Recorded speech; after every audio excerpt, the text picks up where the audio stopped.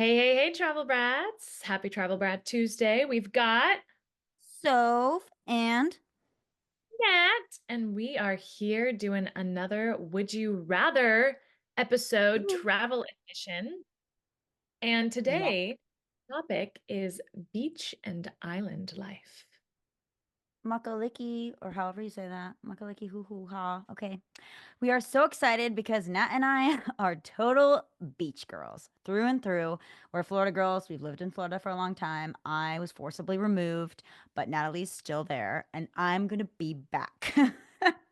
So, in the meantime, I've just been vacationing in the islands and the beaches. So, we're going to start some really fun questions with you guys on Would You Rather. And we had AI get really creative. We asked it to be really fun and creative. So we're super excited. We love the questions and we love our answers, and we're going to love yours. So, question one: would you rather spend a week island hopping in Greece or exploring the beaches of Bali? Ooh, I gotta say, island hopping. Yeah, same. Totally. I think Greece is just like such a bucket list place for me. And I would love to go to Bali still, but I would love to go after. And just the whole island hopping thing. I don't know if you guys have listened to our episode in our interview with Nick Monard, but he does a lot of cruise planning. And one of his high recommended cruises was island hopping in Greece. You can basically take a cruise ship and just go see all the islands. So when he said that, I was like, that is the perfect way to get the taste of like all of the islands in Greece. And so yeah, again, Celebrity Cruises is the great cruise line that does do that. And their Celebrity Infinity or Celebrity Apex ships are the ones that island hop. So make it part of your European itinerary, friends. And they are consistently praised for the cruise line specifically their luxurious onboard experience, excellent service, great food, and then they thoughtfully curate the Greek island routes. So they often include Santorini, Mykonos, Rhodes, Crete, and lesser known gems as well, which I love. Zakynthos, guys. We're just gonna go with that, or Patmos, which was a lot easier to pronounce. So, guys, check them out. And then there are also a few other excellent options depending on your style or budget. You've got top Greek island hopping cruise lines such as Celestial cruises that I've heard people really enjoy. And those are best for like more of an authentic Greek experience, and they're smaller ships. So you got more just all over cultural immersion, and they're Greek owned and Greek operated, so it's fun to support, the local businesses. And then they've got all inclusive packages, just like most cruise lines, meals, drinks, excursions, etc. Most are focused almost exclusively on Greece, and you could even do Eastern Mediterranean too. So you could go to a few other places. Now, the nice thing about smaller ships is you have access and just to less touristy islands. They also do Milos and Syros, which are cool. And then again, another cruise line would be Windstar, like Windstar cruises.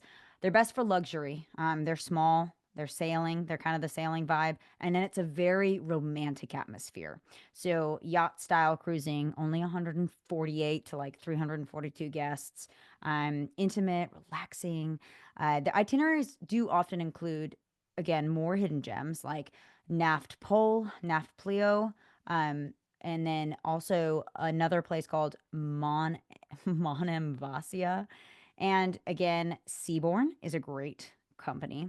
They're best for like ultra luxury, ultra with personalized service, all suite accommodations. You can visit both popular and off the beaten path islands, which is really cool.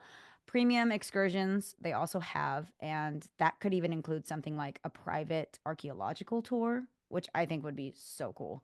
Another good one, you've heard of it. They run ads like crazy. Viking Ocean Cruises. You've heard of the Viking River Cruises. Viking Ocean Cruises is a thing too. Adults only, which is chef's kiss. Cultural enrichment, huge. They have guided tours at each port. They have awesome Scandinavian design, so they're beautiful ships. Those are some of the main cruise lines if you want to do the Greece adventure and see the different islands. Love that. I am honestly sold. Right? Me too.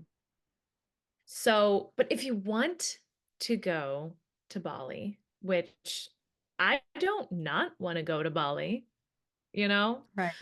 Like, what a beautiful area of the world. There are a bunch of different beaches that you can explore that have all sorts of really interesting names that are very hard to pronounce, Sophia. Oh, would you like me to help you? Wow, here we go. So I'm just going to list a couple of these. There's one called Uluwatu Beach. This one is more, I would say, for people who want that like adventurous beach experience because it has cliffside views, powerful waves. So it's going to be your surfing destination. Not really my spot. I would much prefer the next spot, which is called Padang Padang Beach. And it's known as a small hidden gem, and you access it by stairs through a cave, which is Ooh, so secret. cool. Now, they are also known for surfing, but to me, I'm just like entering a beach through a cave sounds amazing. And this one really takes the cake for me. It's called Nusa Dua Beach. Calm waters, soft white sand. Mm. It's my favorite kind of place to go where it's great for swimming, more family friendly. That kind of beach really sounds nice to me. There's another one called Jimbaran Bay, and this is perfect for a chill day. They're really well known for their seafood dinners on the beach during sunset. So that could be like kind of maybe a romantic beach day, or, if you're with your girls, kind of hanging out and having some seafood at the beach at sunset just sounds so, so nice. So, if you want to go snorkeling and diving, however, which I love snorkeling, I'm not much of a diver, but the next few beaches are really well known for snorkeling. One is called Amed Beach, and this is black volcanic sand with crystal clear water, which to me just sounds really, Magical. really magical and unique. And there are shipwrecks that you can dive near, so that sounds really cool. And then there's an island called Menjangan Island. This is part of the West Bali National Park. And if you know Sophia and I, we love our national parks. And so getting the chance to go to a national park in a foreign country, I think would be really cool. And this is a little bit more off the beaten path. But if you really want to enjoy the nightlife of Bali, then you're going to want to go to a beach called Seminyak Beach. This is trendy. You've got beach clubs, you've got really amazing sunset views, and overall, really fun nightlife. And then there's another one called Echo Beach. This is more of a laid back surfer vibe, but it's got a good mix of cafes and surf schools and beach clubs. So, depending on if you want like a surf lesson or something, that might be the beach that you want to go to. And then we've got a couple other more secluded and unique picks. One is Ooh. called Nyang Nyang Beach. This is remote, pristine, and peaceful, which are all words that sound really nice to me. But it does require a trek down some cliffs. However, if you really want the solitude of a beach that is, as I said, remote, then it's totally worth it as far as the people that have gone there have said. And then So there's bring a your tennis shoes. Yeah, so you want to bring your tennis shoes if you're going to go to that beach. That's a really good point, Sophia, that you are going to be, yeah, it's a little bit of a hike down, and then you take your tennis shoes off and enjoy the beach, and then you get to hike back up. So if you want kind of a workout to earn your beach time, then there you go. And then the last beach that we've listed here is called Green Bowl Beach. This is a hidden cove with turquoise waters and caves, ideal for quiet, scenic relaxation. So I don't know, Mm. Bali sounds pretty great, but I think I still have to choose Greece. Yeah, don't worry, sweetie. We'll go to Bali after Greece. Like yeah, we'll make a trip of it. And I mean, come on, all these, since I'm a picture freak, all these beaches look just, I've looked them up and they look all so perfect for like endless travel brat pics and videos. Our second question of the day is, would you rather have a beach bonfire in Hawaii or a full moon party in Thailand? Ooh, sexy. Just kidding. Full moon parties, I've heard, are quite fun. So that's a hard one. Beach bonfire in Hawaii, probably for me, because I just really want to go back to Hawaii. I've been to Oahu and the Big Island, and I want to go back and go to like Maui and visit the other islands, and honestly go back to the other islands that I've already been to because I just was obsessed with Hawaii. But I do have Thailand on my bucket list. To go to after. And I have been to a full moon party before. So to give you guys a little bit of a lowdown on what is a full moon party for those that don't know, a full moon party, it's a famous all night beach party, and it typically takes place on Had Rin Beach in Koh Phangan, Thailand, during the night of the full moon. So this is like a legit full moon party. I've been to like a knockoff one in the Keys that's like, let's be like Thailand people and do a full moon party. It's an event known for its lively atmosphere, music, dancing. It's got like sometimes, if you want to get wild, it's got neon paint, which participants often wear so that you can actually see them in the dark. And then the party draws thousands of people from all over the world. And then it's got like DJs, performances, fire shows, and just large crowds partying and celebrating by the ocean. So it's really kind of a fun, cool way to meet people and have a good time. Great experience if you're like the backpacker or the party goer. And again, if you like that like electronic music, techno, trance, house beats, it's very like ooh, that kind of vibe. So it's like a organic music festival, I feel like. So if it's not your vibe, it's not your vibe. I could do it. But again, Hawaii's been on my bucket list. So yeah. Yeah, I would definitely say Hawaii is on my bucket list as well. A beach bonfire in Hawaii sounds like just a beautiful way to spend a night. But I am in the middle of watching season 3 of White Lotus right now, and Oh, they are in Thailand, and they actually celebrate a full moon party in the show. And so it was just fun to see this question because I was like, I know what a full moon party is, and I saw an episode about it, and so I was really intrigued by it. And so I think I would have to say that I'd want to try a full moon party. And I think Thailand is easily in my top 5 places in the world that I want to go. Might even be top 3 places that I want to visit. If I could never I don't know. I mean, Hawaii is just so special, but I don't want to say if I could never go to Hawaii, then I'd be fine going to Thailand because they're so different. But I feel like Thailand is a place that I kind of just have to get to at some point in my life. And so that's my choice. you know, also a big thing that's really cool. Obviously Thailand's gorgeous and it's in such a neat place, but if you are someone who, wants to pay attention to budget, which is, I mean, pretty much everyone, rich or poor, you still want to pay attention to your budget.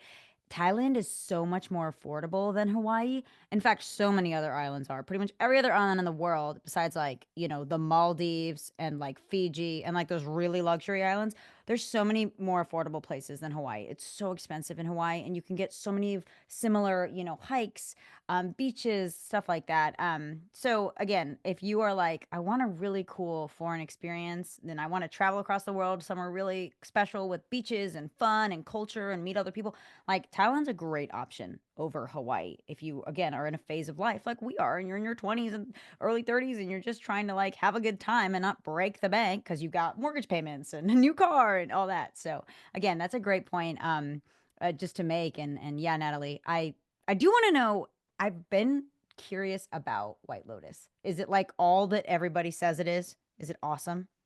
It's a great show. Yeah, I think it's interesting to watch. I wouldn't list it as like a top show that I've ever seen, but I think that it has some good intrigue, some good character development. I think it's really fun to see these beautiful areas of the world. It's stories about mostly wealthy people, and I know some people are like, yeah, I want to watch shows about the people that are more just like real and have real life I don't want to say that wealthy people don't have real life problems, but it does some of that is brought up in the show, but it is more like, oh, these I would never be able to afford to go to a White Lotus resort kind of thing, you know? So it's Right. like these people that are coming from money, so it's stories of people that are moneyed, First world so problems. it's yeah, a little bit of that, but, that involves mystery and murder and things like that and very human things. Yeah. So, I would just say if you don't wanna watch something that is about rich people, I wouldn't say don't watch it, but it might not be your speed. Right. Okay, cool. I know it's blowing up, so I was curious. Okay, so our next question today from AI is, would you rather learn to surf in Costa Rica or paddleboard in the Maldives? Ooh, speaking of the Maldives, but you know what? Nope, yeah, no, I can't deviate. Definitely would rather paddleboard in the Maldives. Maldives is higher on the bucket list than Costa Rica. It was like my dream honeymoon spot that we didn't do because it was like, ugh, yeah, again, the phase of life, we're poor people problems, not rich people problems over here. So, but one day, we will go.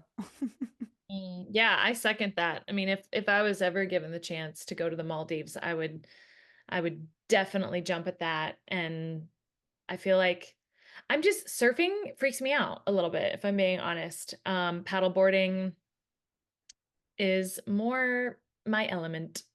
Well, we previously talked about sharks and like again with my irrational fears because I'm so brave, but I have all these irrational fears of like spiders and snakes and sharks. Okay, Soul Surfer. Hello, what if a great white bites my leg off? I need that leg. Okay, I need to do other things with it. So anyway, guys, the Maldives to just give you a little lowdown on it. It offers some of the best resorts in the world. Here are some of the best resorts in the Maldives that kind of stand out for their everything exceptional service, luxury, unique offerings. Soneva Fushi. It's located in the Ba Atoll. It's one of the most iconic resorts in the Maldives, and it's renowned for eco luxury. It offers both overwater and beachfront villas. But come on, who's gonna do a beachfront villa when you have the chance to pay an extra like $10,000 and do an over the water one with private pools? So it also focuses on sustainability, which is really neat. It provides an unique experience with a wide range of activities. You've got snorkeling, you've got dolphin watching, you've got stargazing at the observatory, which is really cool that they have their own observatory. The resort also has great food, like excellent dining, and it has a world-class spa. Another one would be in Atara Valley in the Maldives, and that's located south of Malay Atoll, and it's an adult-only resort offering luxurious, again, over the water bungalows, beach villas, whatever you want to call them. They're magical. It's known for really laid back atmosphere, and it's perfect for couples on their honeymoon, anniversaries, etc., looking for just the perfect romantic escape. The resort features exceptional dining experiences too, great food. It's got international cuisine, so again, whatever your taste is for, and again, an over the water spa and plenty of water sports, surfing, snorkeling, diving. So, hey, you can surf in the Maldives or Mm. you can surf in Costa Rica, whatever your speed is. And then a few more. You've got Gili Lankanfushi, which is super fun name. It's again a sustainable luxury resort. It's North Bali Atoll, so it's known for its no news, no shoes philosophy. So the resort offers a tranquil and rustic escape with overwater villas. Again, beautifully blended with the environment. It like is so beautiful. You guys got to look it up. It's one of the Maldives also most eco-friendly resorts, so that's really cool that it focuses on that sustainability and conservation aspect. And it also has same fun activities, snorkeling, diving. Also has wellness programs, which I thought was kind of cool. And then it does private island picnics, which I thought was really unique and like a neat thing. To like, oh, me and my husband are just gonna go off to a private island and have a picnic there where like nobody else is around, no noise. It's just like incredible.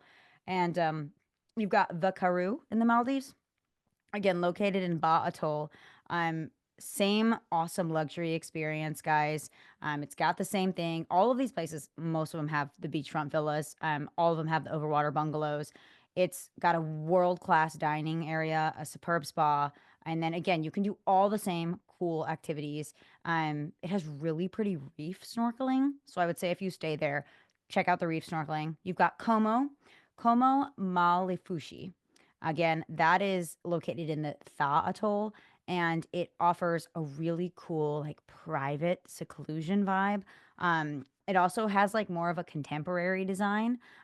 Great service again. It's got these cool garden suites as well, if that's more of your vibe. And again, this is actually a great destination for families and couples. So again, if you do want to bring your kids and you want to make this Maldives trip more of a family activity or a trip, this is a better spot for you guys than those really really luxury all inclusives. Again, all the water sports for the fam, and it also has things here like yoga, meditation, and then this is a place where a lot of people hold wellness retreats, companies, wellness therapists, things like that. You obviously have the St. Regis. You know that's going to be super nice.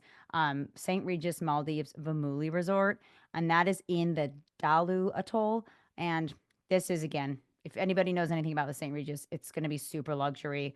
You've got the private pools, the villas, the over the water villas, the beach villas, and again, one of the most stunning ocean view spots in the Maldives.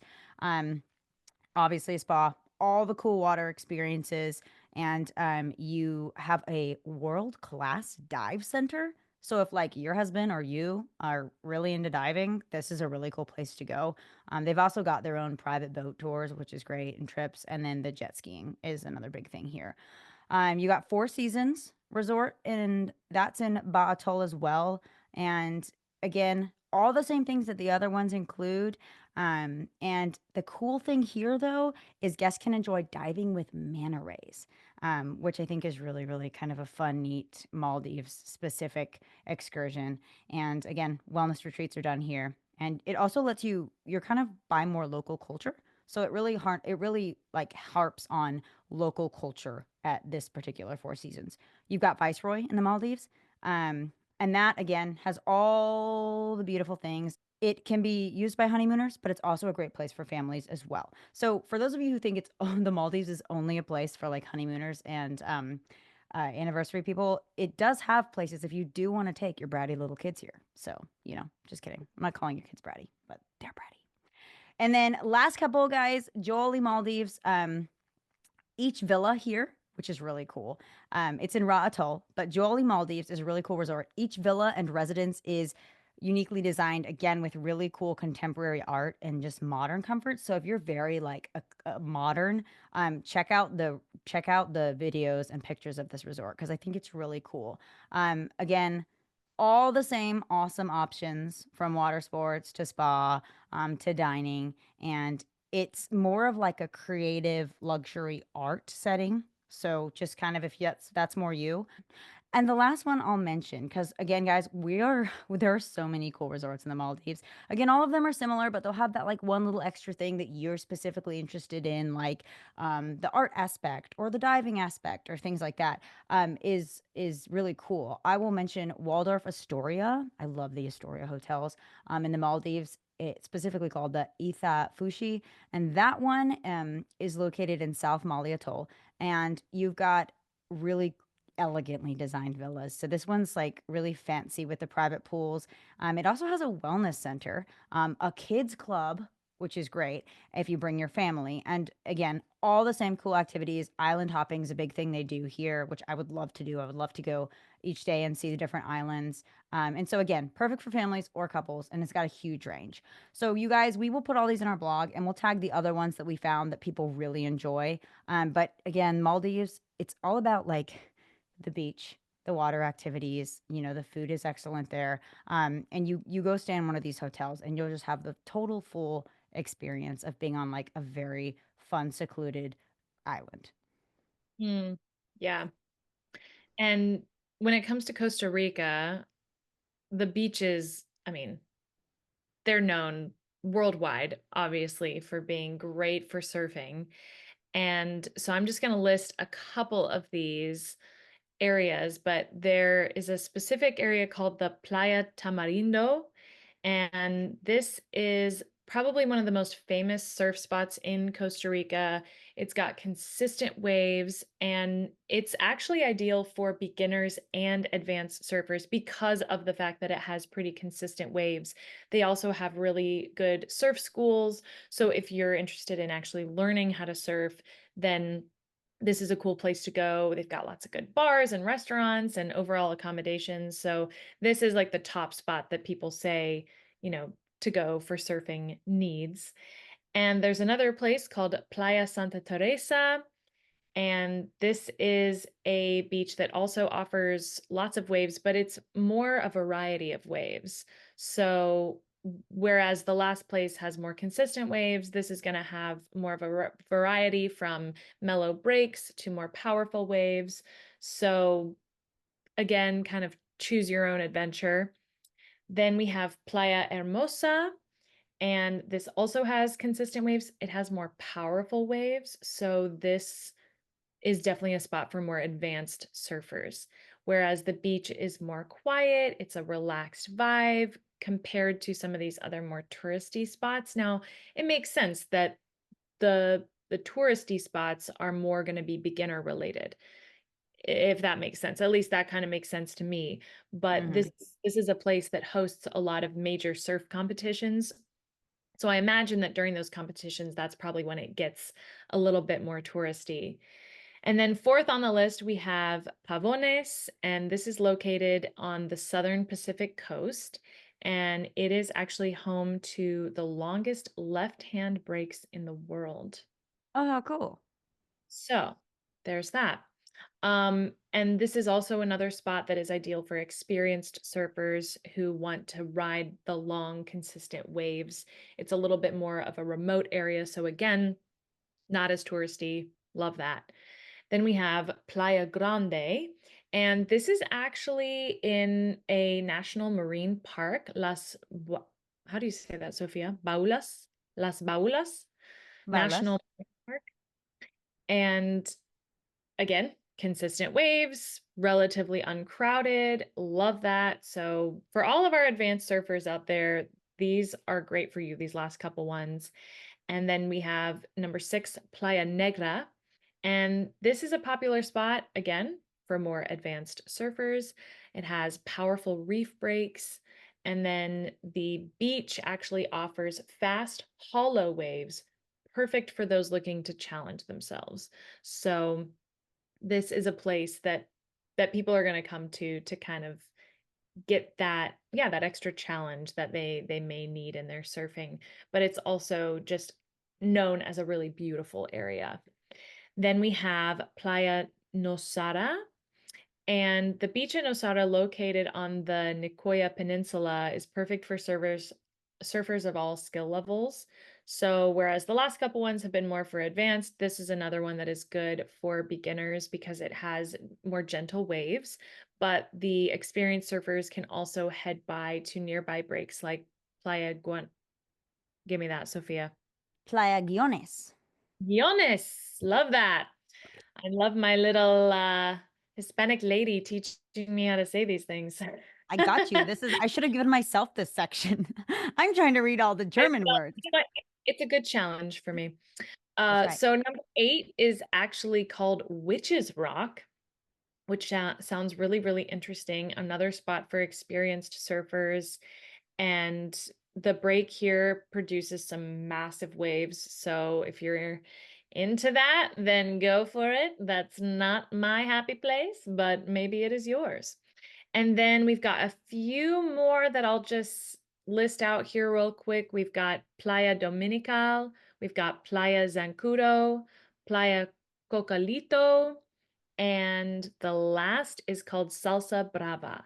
So Ooh. those are also really great for our experienced surfers, and some of those are a little lesser known, more hidden gem type places. So, Yeah, now that I think about it, I do really want to go to Costa Rica, but it's like you said, I'm so much more interested in like paddleboarding than surfing. And again, I would love to go to Costa Rica after the Maldives. Because now that you've talked about all these beaches, it's like, ooh, more beaches. I can never get tired of the beaches. yeah, for sure. Mm-hmm. So, speaking of beaches, number Okay. 4, would you rather sip coconuts on a quiet Caribbean beach or party all night in Ibiza? Okay, this is so hard because these are my alternate egos. But Choose your character, choose your fighter. I would have to say Ibiza because I want to experience Ibiza once in my life. But like I love the Caribbean. I've been to the Caribbean. Some of the best places that we're gonna talk about in the Caribbean, I loved them. Like when I went there. So, but I'm gonna have to go Ibiza because I want to go new and I want to go fresh and I want to see the party scene. Like I love to dance. So like I love to go out and just like dance my little heart out because it's funny. It's always a joke of mine.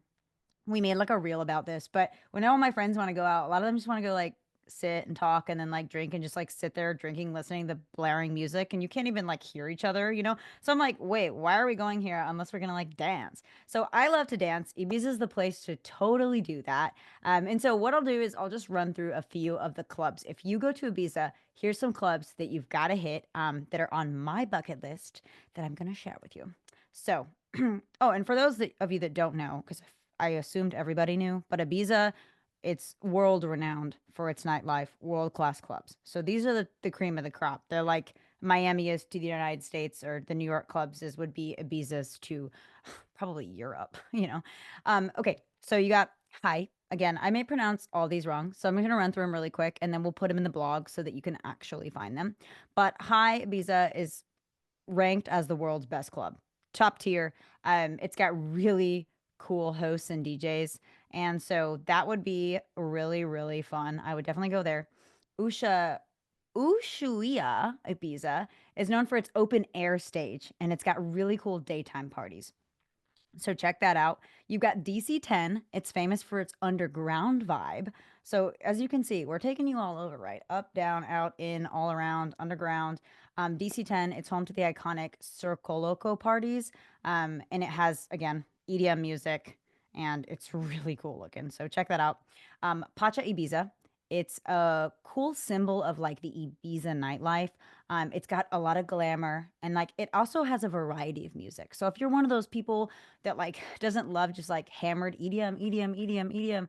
If you want to get a different taste of like genre, that's fun to go to. And it also has themed nights. And so again, great place. It's really fun and exciting, and you can get some different music. Amnesia is another one. It's known for its legendary foam parties and expansive dance floors. So get ready to get messy there, I guess. And again, it has a lot of electric music, but it's got a really cool atmosphere and it's big. O Beach Ibiza. It specializes in its daytime pool parties, and it's got a really luxury setting and a lot of live performances. So that's really fun. Club Chinois Ibiza offers just a really cool opulent environment. It has eclectic music, kind of different, sophisticated, very like sexy beach vibe. So those are kind of some of the top ones that if you're gonna go to Ibiza for a weekend, for a week, if you're kind of trying to party all day, just club hop, I guess. So those are some of the cool ones. Yeah, I mean, you always hear about how amazing Ibiza is and the party scene of it all. And I think with the right type of people, like, so if you and I did that together, like, we would have such a blast. But I am such a just like sit on the beach and rot type person. Like, I I think that if I were to, yeah, like you said, it's two sides of who you are. I think that I am definitely more inclined to say, I'm going to go to the beach, I'm going to relax, and I love coconut, and that sounds amazing. But I've been to the Caribbean a couple of times and I've done that a couple of times. So if I were to challenge myself as a good travel brat should, then I would probably say that Ibiza would be the more unique experience because I've never done anything like that. Right. Right. No, that's a great point. I mean, where would you go? Places you've been and places you want to go in the Caribbean. Like if you could go back and just do like a rotting beach vacation. Oh man, I mean, I really loved the British Virgin Islands. I think it'd be cool to do the US Virgin Islands because I've never explored that. Um, yeah, I mean, honestly, just like give me a Caribbean island. I don't really have a preference. Just like tell me which one I'm going to, and I know I'll enjoy it. Right, right. No, totally. I agree. I mean, I've been to like Nassau, been to Atlantis, done like St. Thomas, So there's so many. They're awesome. For you guys that have never been, here's a couple of the top rated ones. You've got Grace Bay in Turks and Caicos. Again, that's that calm, super white powdery sand, crystal clear turquoise water. That's most of the Bahamas. It's just the water is incredible. I mean, it's like crystal clear. And then Wyatt Special, again, number one beach in the world, well, Caribbean beach in the world. And you can snorkel there. You can see all kinds of awesome sea life. You've got 7 Mile Beach in Grand Cayman, Long White Beach, soft sands. It's got lots of space to chill. It's usually not super crowded. Great amenities, restaurants, so it's well known, and it's got a lot of that set up there. It's not as remote. And it's got gentle water for swimming, so you don't have to worry about being like swept away by the really harsh tide. Then you've got Eagle Beach in Aruba, which is a relaxed and spacious vibe. It's got really cool, iconic trees called the DVTV trees. So that's really cool. And then it's really clean. It's got gorgeous sunsets. And again, not overly crowded. Most of these beaches are not. Then you have the Pink Sand Beach in Harbor Island, which is Bahamas. Romantic, unique, soft, obviously great photo ops, which is what I'm always thinking about. And then the sand has literally a pink hue. So it's crushed coral is where the sand hue comes from. And it's just, yeah, it's the Instagram queen, that beach.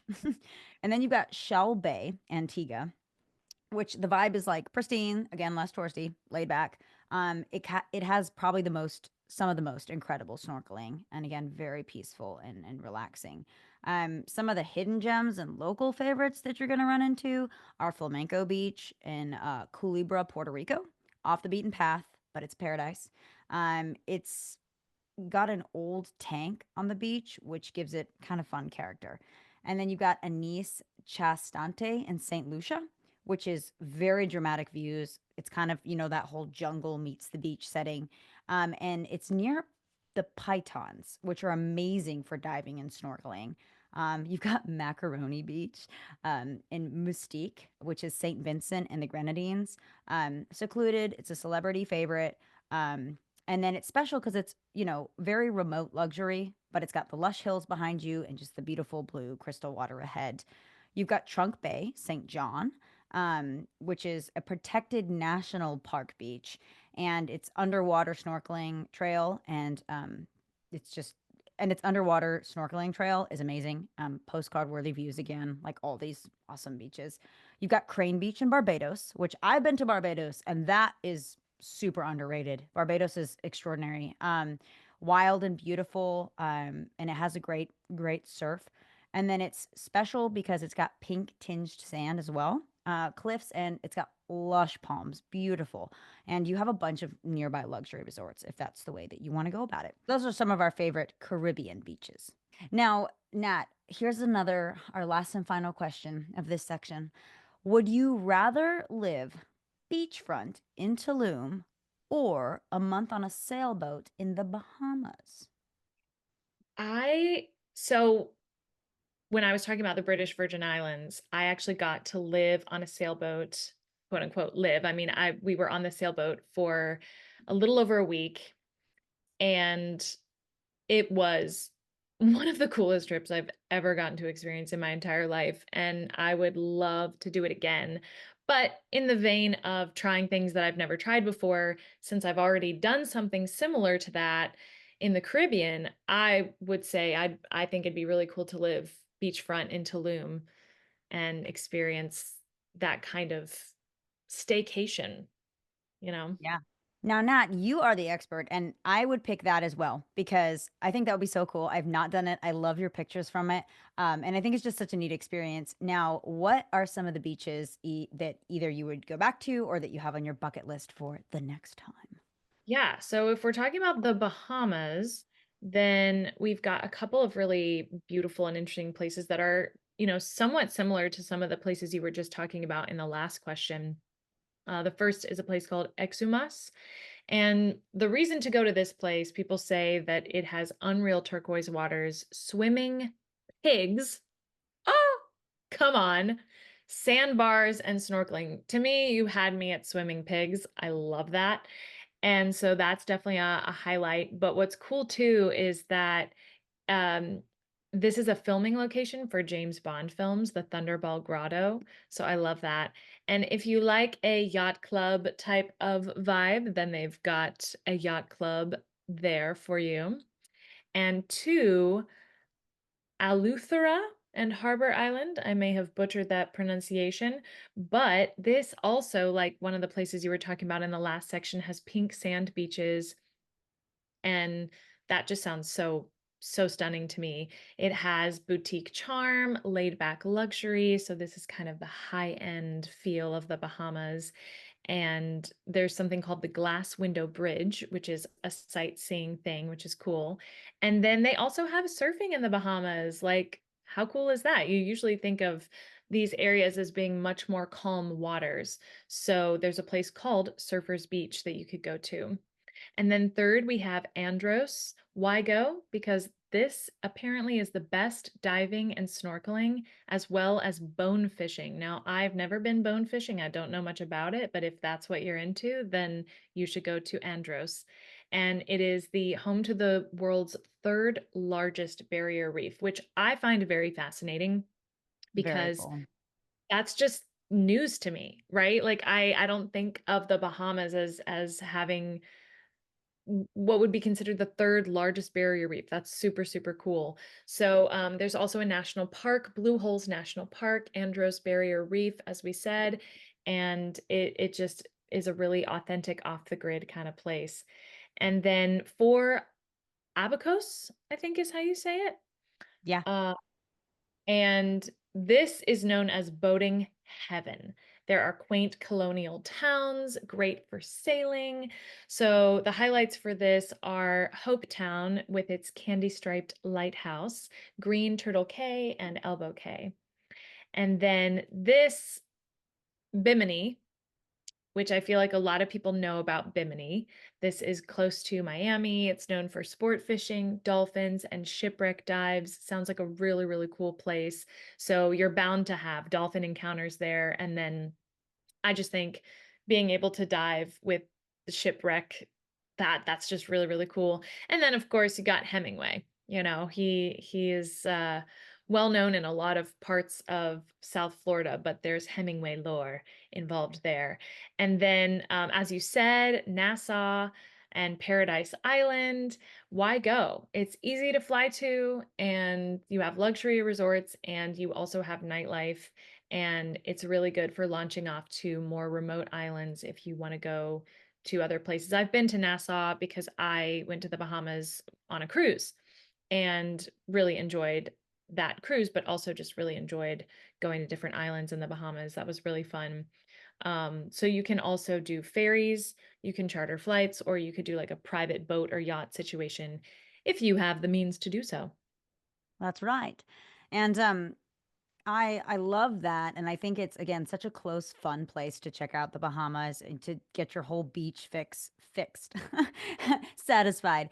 And I want to take a turn a little bit because we this is a really interesting topic, the living on the beach in Tulum, because um I think Natalie and I would both like so bucket list love to live on the beach for a period of time. And Mexico is just it's where some of my family is from. It's a beautiful place. I've been to a lot of beaches in a lot of cities here. We used to drive like through the south from Georgia down through the border of Mexico every summer with my dad growing up for like 12 years, and visit family, go to beaches, just uncles, aunts, friends of his all over. We've been all over Mexico, and it's gorgeous from like the jungles to the beaches.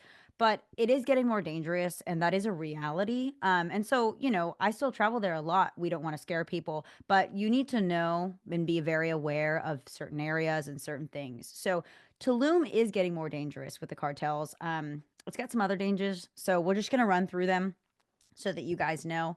It's got a lot of drug related violence. So, cartel activity, Tulum, it's experienced an increase in the cartel presence in that particular area. It's primarily due to the tourism boom. And so, you've got rival gangs sometimes clashing over control of the local drug trade. And they are also charging, those little companies that you go buy things from in that area a lot of their own version of tax money. It's very corrupt.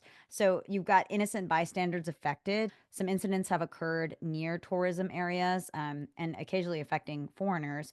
You have a lot of petty crime, theft and scams, pickpocketing, ATM scams, hotel room theft are common, especially in touristy heavy zones because they know a lot of times tourists don't realize how dangerous it is and they're walking around with their fancy jewelry on or they've got a lot of cash in their wallet, things like that. So guys, just be cognizant about that. If you are not like at an all inclusive and staying in that all inclusive, don't go out of the hotel with wearing fancy jewelry. It's not advised to really wander around there at night. It's not like European cities where you can, like Natalie, in one of our episodes, we talked about her walking along the river at night by herself. Like it's a little different than certain areas. And then some travelers report incidents involving corrupt police, which this is the reality of a lot of places in Mexico, most all Mexico. If you get pulled over by a police officer, you can a lot of times, people will give them money and they'll basically just leave you alone. And so again, the police are corrupt. We are not used to that here in the States. That doesn't happen. So again, just be careful. And the infrastructure issues, uh, there are some. You've got limited emergency services. So Tulum is growing fast and its infrastructure hasn't always kept up. So you've got emergency responders like medical, fire, police being really slow. And so you also have unsafe roads.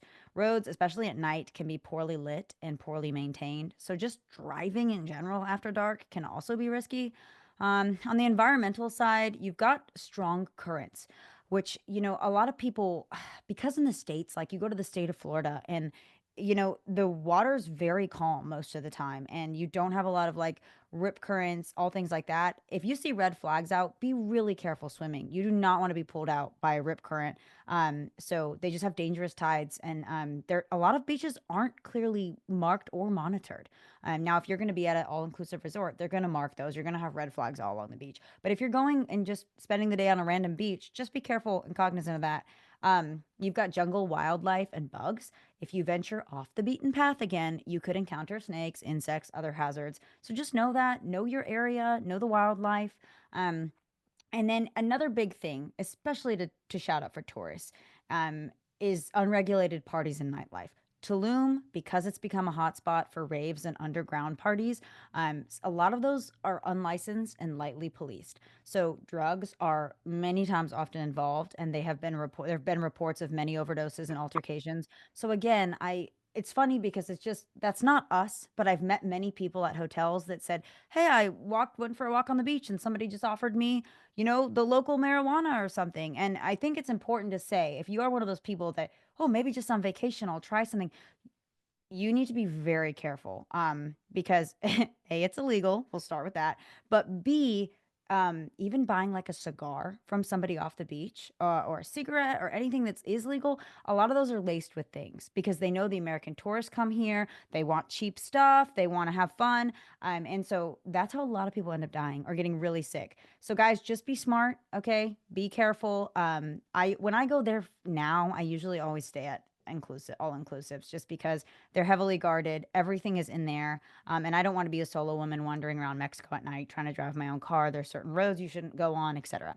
So again, I all that to not scare you from traveling to Mexico because it's a beautiful country. The people are warm and welcoming. The culture is like so cool and the landscape is incredible. But from Cabo, you've got the rocky coasts and the desert, and then you travel through the middle jungle and you get to the beaches on the East Coast. So again, it's beautiful. You just need to be very careful and be smart. It is not America, and it's not like Europe in a lot of places either. It's a little more dangerous. So just be careful, you guys. Yeah. Well, you guys, thank you so much for tuning in to today's excellent Would You Rather episode. Natalie and I had so much fun with you guys, and we can't wait for you to try some of our recommendations. And we will catch you next time. Bye, y'all. Bye, y'all.